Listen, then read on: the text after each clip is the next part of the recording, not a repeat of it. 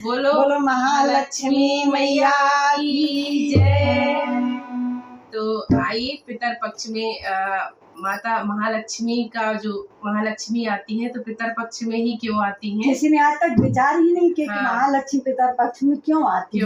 और यही से माता महालक्ष्मी के आने का आगमन होता है। पहले माता महालक्ष्मी आती है, फिर नवदुर्गा आती है, फिर दीपावली में आ जाती है। हाँ। तो जब महालक्ष्मी यहाँ पर क्यों आती है, ये भजन के माध्यम से सुनिए। बड़ा ही प्यारा सा भजन है, जरूर सुनिए, लाइक करिए, शेयर करिए, कमेंट करिए और बेल आइकन बटन भी दबाइए ताकि मेरे प्यारे प्यारे से भजन आप तक जल्दी से पहुंच जाए।